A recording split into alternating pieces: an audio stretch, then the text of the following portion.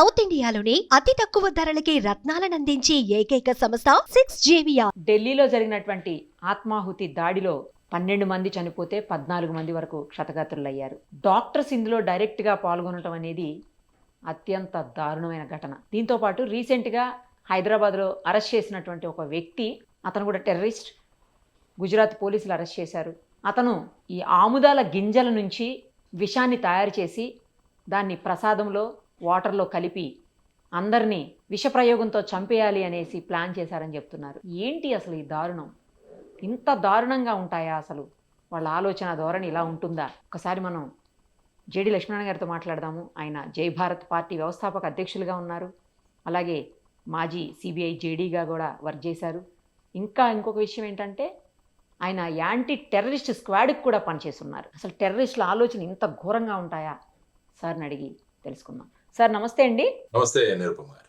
Sir వింటుంటే చాలా భయం వేస్తుంది సార్. అసలు ఈ అల్ ఖైదా వాళ్ళకి ఏకంగా ఒక బుక్కే ఉంటుంది. వాళ్ళ దగ్గర వాల్యూమ్ 1, వాల్యూమ్ 2 అని 2 బుక్స్ రిలీజ్ చేసుకున్నారంట సార్.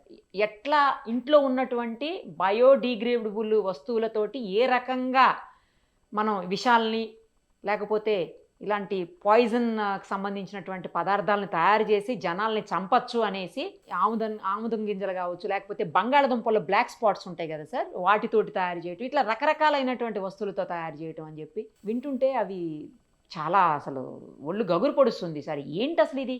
మీరు ఇలాంటి విన్నారా సార్? ఇలాంటి వాళ్ళ సాహిత్యం లేకపోతే వాళ్ళు రాసుకునేటువంటి బుక్స్ ఎప్పుడన్నా మీరు కూడా సీజ్ చేసినటువంటి ఘటనలు ఉన్నాయా సార్? యాక్చువల్గా మీరు చూసుకుంటే ఇంతవరకు జరిగిన టెర్రరిస్ట్ ఇన్సిడెంట్ మీరు గమనిస్తే సాధారణంగా చిన్న చిన్న పనులు చేసుకునే వాళ్ళు, ఎక్కడో మెకానిక్ షాప్ లో పనిచేసేవాళ్ళు, లేకుంటే ఎలక్ట్రీషియన్స్, ఇలాంటి వాళ్ళను బ్రెయిన్ వాష్ చేసి వాళ్ళని బయటికి పంపించి ట్రైనింగ్ ఇచ్చి వాళ్ళను ఈ విధమైన ఉగ్రవాద దాడులు చేసేటట్టుగా చేసే ఇంతవరకు ఉన్న టెర్రర్ మాడ్యూల్స్ మీరు చూస్తే ఆ విధంగా ఉంటుంది. ఈవెన్ మీరు ముంబైలో జరిగిన అటాక్ చూసినా కూడా కసాబ్ కావచ్చు, వారితో పాటు వచ్చిన వాళ్ళంతా కూడా చిన్న చిన్న పనులు చేసుకునేవాళ్ళు. వాళ్ళని ఈ మతం పేరు మీదట వాళ్ళను ఇది చేసి బ్రెయిన్ వాష్ చేసి వాళ్ళను మీరు చనిపోయిన తర్వాత మీరు స్వర్గానికి వెళ్తారు, అక్కడ మీకు చాలా సుఖాలు అందుతాయి, జన్నత్ అని ఇలాంటి రకరకాల విషయాలు చెప్పి వాళ్ళను బ్రెయిన్ వాష్ చేస్తూ ఉంటారు. కానీ నిన్న జరిగిన సంఘటనలు మీరు ఒకసారి చూస్తే వీళ్ళందరూ కూడా మెజారిటీ డాక్టర్స్ ఉన్నారు. అవును సార్, ఉన్నత విద్యావంతులు, ఉన్నత విద్యావంతులు. అందుకనే నిన్న జరిగిన టెర్రర్ ఇన్సిడెంట్స్ ఏదైతే ఉన్నాయో వాటిని వైట్ కాలర్ టెర్రరిజం అనొచ్చు. ఎలాగైతే వైట్ కాలర్ క్రైమ్ అంటారో, అంటే బాగా మంచి పొజిషన్ లో ఉన్న వాళ్ళు నేరాలు చేస్తే దాన్ని వైట్ కాలర్ క్రైమ్ అంటాం. అదే విధంగా ఇప్పుడు చూస్తే ఇది వైట్ కాలర్ టెర్రరిజం. అంటే ఏమాత్రం అనుమానం రాకుండా వీరు ఇలాంటి వాటిలలో ఇన్వాల్వ్ అవుతారా అన్నది కూడా ఎవరికి అనుమానం రాకుండా ఒక పకడ్బందీగా ఈ జైషే మహమ్మద్ యొక్క మాడ్యూల్ ఏదైతే వర్క్ ఉందో దాని గురించి మనం మాట్లాడుకోవాలి. యాక్చువల్ గా మీరు ఒక్కసారి ఆపరేషన్ సింధూర్ తర్వాత, ఎందుకంటే నిన్న జరిగిన సంఘటనలు మీకు జమ్మూ అండ్ కాశ్మీర్, హర్యానా అంటే ఫరీదాబాదు, ఆ తర్వాత ఢిల్లీ, ఆ తర్వాత గుజరాత్, ఆ తర్వాత ఉత్తరప్రదేశ్, ఇలా 5 సంఘటనలు జరిగాయి మనకి. యాక్చువల్ గా చూసుకుంటే ఇందులో మొదట చూడాల్సింది మీరు జమ్మూ అండ్ కాశ్మీర్. ఎందుకంటే టెర్రరిజం ఎప్పుడైనా కూడా జమ్మూ అండ్ కాశ్మీర్ లో ప్రధానంగా అక్కడ జరుగుతోంది. ఆపరేషన్ సింధూర్, పహల్గాం జరిగిన తర్వాత మీరు చూస్తే మే, జూలై మరియు ఆగస్ట్ లో అక్కడ పెద్ద పెట్టున arms and ammunition, explosives seize చేయడం జరిగింది జమ్మూ అండ్ కాశ్మీర్. అంటే యాక్చువల్ గా మీరు చూసుకుంటే మేలో, జూలైలో, తర్వాత ఆగస్ట్ లో అక్కడ సోపియాన్ కావచ్చు, లేకుంటే పూంచ్ కావచ్చు, లేకుంటే కిస్టవార్ కావచ్చు, దానికి ఆపరేషన్ కెల్లర్ అని ఒక ఆపరేషన్ చేసి లష్కర్ ఈ తైబా వాళ్ళు చేసిన ఈ ఆర్మ్స్ అమ్యునిషన్ అంటే మందుగుండు సామాగ్రి, తర్వాత వచ్చేసి వెపన్స్, ఆ తర్వాత ఎక్స్ప్లోజివ్స్ సీజ్ చేశారు. దాని లింకులు పెట్టుకొని ఇంటరాగేట్ చేస్తున్నప్పుడు నవంబర్ 8 నుంచి 10 వరకు ఫరీదాబాద్ అంటే హర్యానాలో ఉన్న ఫరీదాబాద్ లో జమ్మూ అండ్ కాశ్మీర్ పోలీసు, హర్యానా పోలీసులు కలిసి వాళ్ళు సుమారుగా 2900 కిలోల ఎక్స్ప్లోజివ్ అంటే అమోనియం నైట్రేట్, ఏదైతే మనము ఫర్టిలైజర్స్ అంటే యూరియాకు దానికి తయారు చేస్తామో అటువంటి ఎక్స్ప్లోజివ్స్, దానికి కావలసిన ఇతర సాధన సామగ్రి, వాటన్నిటిని కూడా రూమ్స్ ఎవరైతే ఈ అల్ ఫలా అనే యూనివర్సిటీ ఏరియా ఉంది ఫరీదాబాద్, అక్కడ కొన్ని రూమ్స్ నుంచి ఇవి సీజ్ చేశారు. ఓకే. అందులో ముఖ్యంగా 2 డాక్టర్లను అరెస్ట్ చేశారు. అవును సార్. అందులో డాక్టర్ ముజముల్ గానీ అని, తర్వాత ఇంకొకతను డాక్టర్ అదిల్ అహ్మద్ రాథేర్. వీళ్ళిద్దరిని అక్కడ అరెస్ట్ చేయడం జరిగింది. వీళ్ళిద్దరూ కూడా జమ్మూ అండ్ కాశ్మీర్ కు పుల్వామా ఏరియాకు చెందిన వాళ్ళు వీళ్ళిద్దరు కూడా. హ్మ్. సో వాళ్ళ దగ్గర నుంచి ఈ విధంగా అమోనియం నైట్రేట్, తర్వాత మిగతా ఎక్స్ప్లోజివ్ మెటీరియల్స్, తర్వాత దీన్ని కావలసిన డెటోనేటర్స్, ఎలక్ట్రికల్ టైమర్స్ ఉంటాయి టైం బాంబ్ తయారు చేయడానికి, అవును. వాటిని, తర్వాత వచ్చి ఒక అసాల్ట్ రైఫిల్, పిస్టల్స్, మ్యాగజైన్స్ ఇవన్నీ కూడా అక్కడ సీజ్ చేయడం. సో ఈ జమ్మూ అండ్ కాశ్మీర్ లో ఉన్న లింక్స్ ని బట్టి ఫరీదాబాద్ కి రావడం జరిగింది. సార్. సో ఫరీదాబాద్ లో 2 డాక్టర్స్ అరెస్ట్ చేసిన తర్వాత హ్మ్. అదే మాడ్యూల్ కి చెందిన వాళ్ళు ఈ విధంగా అక్కడ జమ్మూ అండ్ కాశ్మీర్ లోను, తర్వాత ఫరీదాబాద్ లోను వీళ్ళు దొరికిపోయారని చెప్పేసి అక్కడి నుంచి తప్పించుకోవడానికి వాళ్ళ దగ్గర ఉన్న ఒక వెహికల్ లో ఈ ఎక్స్ప్లోజివ్స్ తీసుకుని వస్తున్నప్పుడు ఇక్కడ మన రెడ్ ఫోర్ట్ దగ్గర చాందినీ చౌక్ ఏరియాలో నిన్న సాయంత్రం అది సూసైడ్ బాంబింగ్ వాళ్ళు, ఎందుకంటే అందులో డెటోనేటర్ కూడా ఉందని తెలిసింది అవును ఇప్పుడు సార్. వరకు జరుగుతున్న Yes. ఇన్వెస్టిగేషన్ లో. Yes. దానివల్ల వాళ్ళ వెహికల్ కి వాళ్ళు బ్లాస్ట్ చేసుకొని వాళ్ళు ఆ విధంగా ఒక సూసైడ్ బాంబ్ లాగా వాళ్ళు పని చేయడం జరిగింది. హ్మ్. అందులో ముఖ్యంగా చూసుకుంటే డ్రైవర్ సీట్ లో డాక్టర్ ఉమర్ మహమ్మద్ అనే వ్యక్తి, అతను ఆ పుల్వామాకు చెందిన డాక్టర్. సార్. అతను ఈ సేమ్ టెర్రర్ మాడ్యూల్, మీరు ఫరీదాబాద్ మాడ్యూల్ తర్వాత దానిలో చెందిన మాడ్యూల్, అతను అక్కడ ఈ విధంగా సూసైడ్ చేసుకొని ఇంతమందికి అతను మరణానికి తర్వాత ఇంజురీస్ కి కారణమైంది. సార్. ఆ తర్వాత ఇది ఇలా జరుగుతుండగా యూపీలో ఒక అమ్మాయి డాక్టర్ షహీన్ అని, ఆవిడని కూడా అరెస్ట్ చేశారు. ఆమె దగ్గర నుంచి కూడా ఐ థింక్ ఒక AK-47 రైఫిల్, కొంత అమ్యునిషన్, డాక్టర్ మళ్ళా కూడా. అవును సార్. సో ఇప్పుడు చూసుకుంటే మీరు ఫరీదాబాద్ లో 2 డాక్టర్లు, హ్మ్. తర్వాత ఈ సూసైడ్ చేసుకొని చనిపోయిన డాక్టర్, ఆ హ్మ్. తర్వాత డాక్టర్ షహీన్ అని ఒక అమ్మాయి. సార్. సో ఈ విధంగా Jammu and Kashmir, Faridabad, Delhi and UP. హ్మ్. ఈ లోపల గుజరాత్ లో ఉన్న యాంటీ టెర్రరిజం స్క్వాడ్ వచ్చి అక్కడ ఇంకొక డాక్టర్ని అరెస్ట్ చేసింది. అవును సార్. అవును. అతను హైదరాబాద్ బేస్డ్ డాక్టర్. అతని పేరు డాక్టర్ అహ్మద్ మొయినుద్దీన్ సయీద్. అతను మీరు అన్నట్టు ఏదైతే ఈ ఆముదపు గింజలు ఏదైతే ఉన్నాయో వాటి నుంచి అతి ప్రమాదకరమైన విషాన్ని తయారు చేసి, హ్మ్. ఆ విషం యొక్క ప్రధానమైన గుణం ఏంటంటే దానికి రంగు, రుచి, వాసన ఉండదట. ఓకే. సో దాన్ని తీసుకొని ముఖ్యంగా పెద్ద పెద్ద వాటర్ రిసోర్సెస్ గాని, వాటర్ ట్యాంక్స్ గాని ఇలాంటి వాటిలో కలిపి చాలా మందిని ఈ విధంగా మళ్ళా చంపాలని చెప్పేసి ఒక ప్లాన్ అన్నది అక్కడ. సో ఆ విధంగా మీరు చూసుకుంటే నిన్న జరిగిన ఈ యాంటీ టెర్రరిజం స్క్వాడ్ యొక్క ఆపరేషన్స్ గుజరాత్ కావచ్చు, తర్వాత ఈ ఫరీదాబాద్ మాడ్యూల్ ని బ్రేక్ చేయడం, ఆ తర్వాత ఇమ్మీడియట్ గా ఢిల్లీలో ఈ ఇన్సిడెంట్ జరగడం, ఆ తర్వాత డాక్టర్ షహీన్ యూపీకి చెందిన వ్యక్తిని అరెస్ట్ చేయడం, గుజరాత్ లో ఈ వ్యక్తిని అరెస్ట్ చేయడం, ఇందులో మొత్తంగా అందరూ కలిసి డాక్టర్లుగానే ఉండడం, ఇది కూడా ఒక ప్రధానం. అంటే అందుకనే దీన్ని వైట్ కాలర్ టెర్రరిజం అంట. ఈ డాక్టర్ షహీన్ అని షహీన్ షయీద్ అని ఎవరైతే ఈ అమ్మాయిని అరెస్ట్ చేశారో ఆ అమ్మాయి యాక్చువల్ గా జైషే మహమ్మద్ యొక్క విమెన్స్ వింగ్ దాన్ని మొదలు పెట్టడానికి ప్రధానమైన రీజన్ అని చెప్పేసి మనకు రిపోర్ట్స్ నుంచి రావడం జరిగింది. సో దానితో యాక్చువల్ గా ఈవిడ కారు నుంచి కూడా ఒక AK-47, తర్వాత ఈ వైట్ కాలర్ టెర్రర్ సిస్టమ్ ఏదైతే ఉందో దానిలో ఈమె కూడా మెంబర్ గానే అన్నట్టుగా మాట్లాడుతున్నారు. సో ఇది చాలా డిస్టర్బింగ్ ఫ్యాక్ట్ మనకి. Correct sir. ఎందుకంటే ఆపరేషన్ సింధూర్ తర్వాత మనం పాకిస్తాన్ ని Yes. ఏ విధంగా వాళ్ళ టెర్రర్ క్యాంప్స్, ఆ తర్వాత వాళ్ళ ప్రధానమైన బేసెస్, మిలిటరీ బేసెస్ ఏవైతే ఉన్నాయో వాటన్నిటి మీద చర్యలు తీసుకున్న తర్వాత పాకిస్తాన్ ఒక ప్రతీకారంతో రగిలిపోతుంది అక్కడ. ముఖ్యంగా జైషే మహమ్మద్ యొక్క చీఫ్ ఎవరైతే ఉన్నారో మౌలానా మసూద్ అజార్, Hmm. వాళ్ళ కుటుంబ సభ్యులందరినీ కూడా మన అటాక్స్ లో చంపివేయడం జరిగింది. అవును. సో దానితో ఈ జైషే మహమ్మద్ సంఘటన ఏ విధంగా మళ్ళా భారతదేశంలో అల్లకల్లోలం సృష్టించాలన్న ధోరణిలో ఈ మొత్తం ఈ మాడ్యూల్ ఏదైతే ఉందో ఆ మాడ్యూల్ ని ఆపరేట్ చేసిందని మనం అనుకోవచ్చు. సో ఇది ప్రధానంగా మనం ఆలోచించాలి. దానితో మొత్తం పోలీస్ ఫోర్స్ అలర్ట్ అయ్యి అనేక ప్రదేశాల్లో ఇంక్లూడింగ్ హైదరాబాద్ కావచ్చు, మిగతా ప్రాంతాల్లో కూడా చెకింగ్స్, తర్వాత ఈ స్లీపర్ సెల్స్ అని ఉంటాయి చాలా చోట్ల. Sleeper cells Hmm.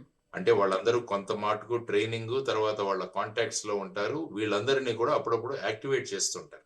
Mhm. So ఈ స్లీపర్ సెల్స్ కూడా ఏ విధంగా యాక్టివేట్ అవుతాయన్న దీంట్లో కూడా పోలీసు విస్తృతంగా చర్యలు తీసుకోవడం, తర్వాత సెర్చ్లు చేయడం, ప్రజల్ని కూడా జాగ్రత్తగా ఉండమని చెప్పడం ఇదంతా కూడా మనం చూసాము. సో ఈ వైట్ కాలర్ అన్న రాడికలైజేషన్ జరగడం అన్నది ఇట్స్ ఎ డిస్టర్బింగ్ ఫీచర్. ఇంతకు ముందంతా చిన్న చిన్న వాళ్ళు చేశారని అనుకునే వాళ్ళం, కానీ ఇప్పుడు చూసుకుంటే డాక్టర్ ముజమిల్ కావచ్చు, డాక్టర్ ఆదిల్ కావచ్చు, డాక్టర్ ఉమర్ కావచ్చు, డాక్టర్ షహీన్ కావచ్చు, డాక్టర్ సయీద్ కావచ్చు, వీళ్ళందరూ కూడా ఈ విధంగా బ్రెయిన్ వాష్ చేయించుకొని వీళ్ళంతా ఈ విధమైన ప్రొఫెషనల్ రాడికలైజేషన్ జరుగుతుండడం చాలా disturbing for the country also.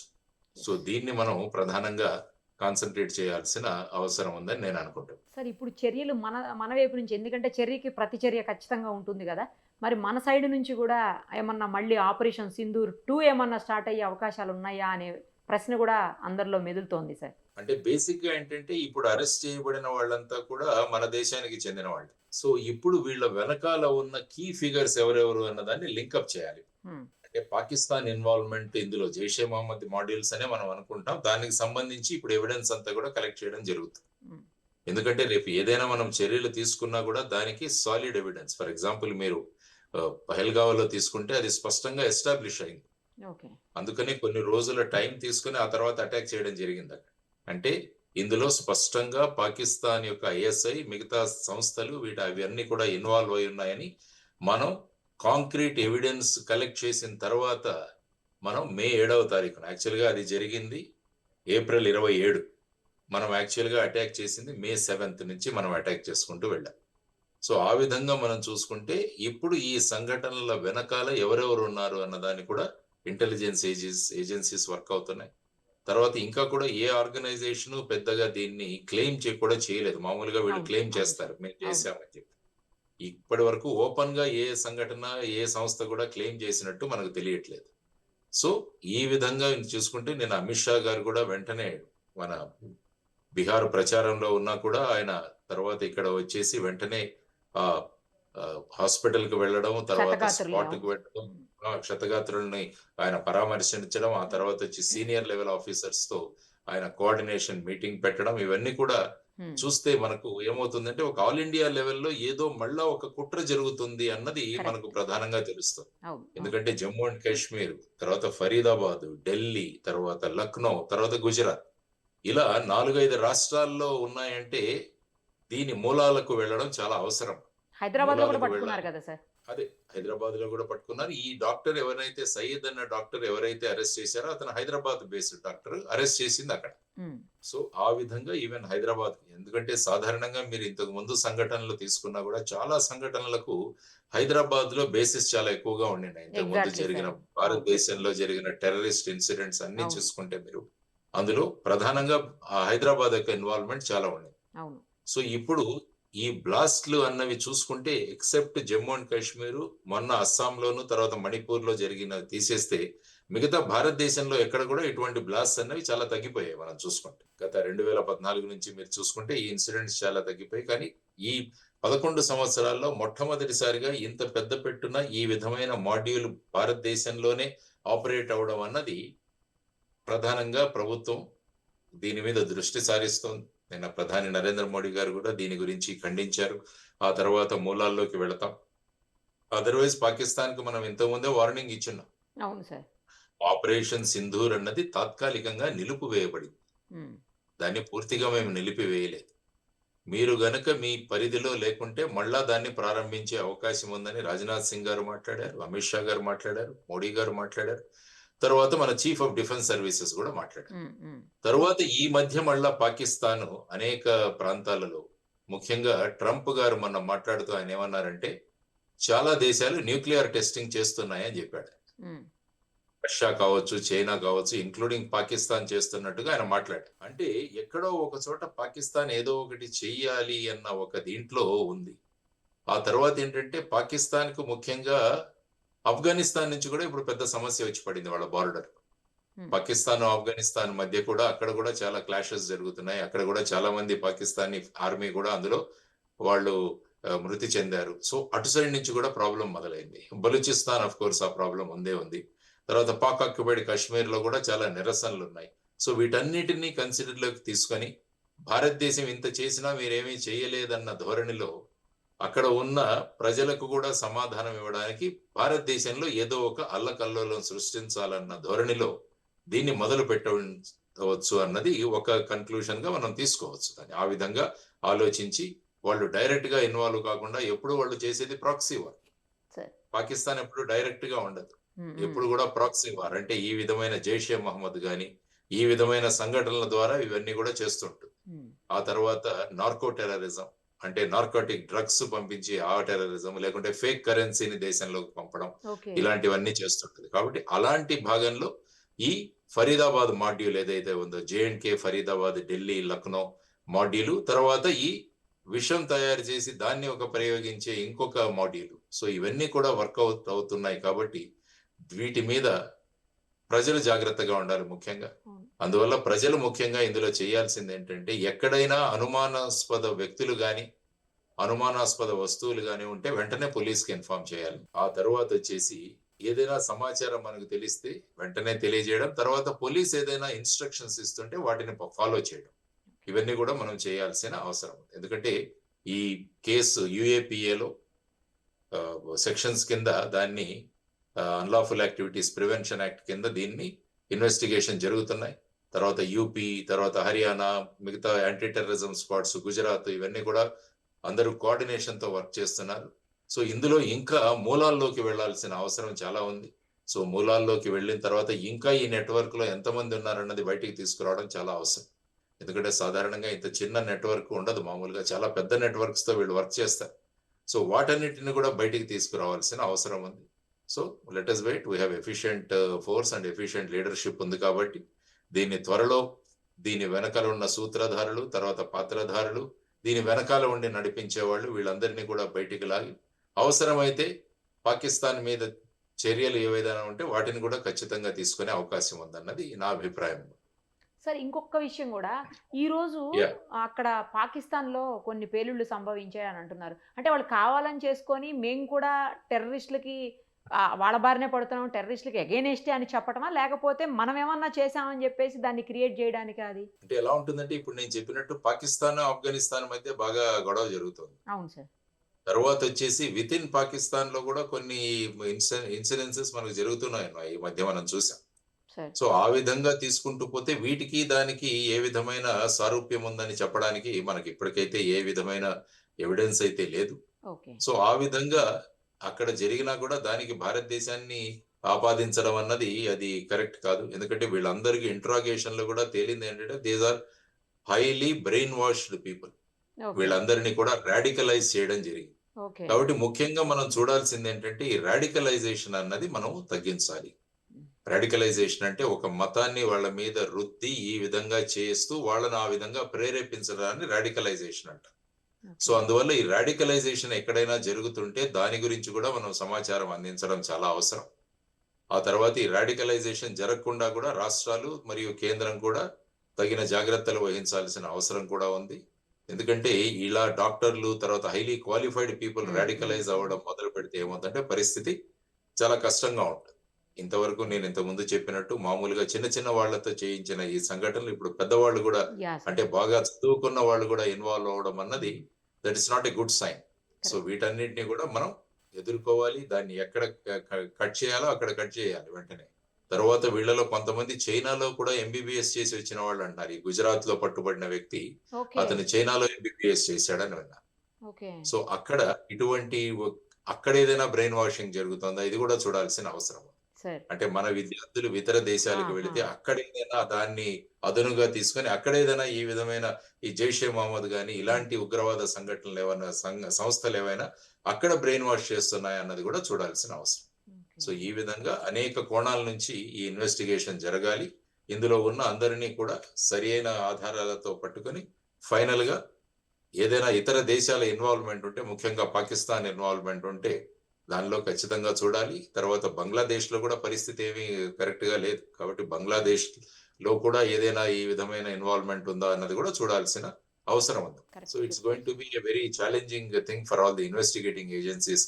Definite గా వాళ్ళు ఈ లింక్స్ ఇంట్రాగేషన్ ద్వారా దాన్ని ఫైనల్ కన్క్లూజన్ కి తీసుకెళ్తారని నేను అనుకుంటున్నాను. థ్యాంక్ యూ సార్, చాలా క్లియర్ గా బాగా చెప్పారు. Thank you sir, thank you so much.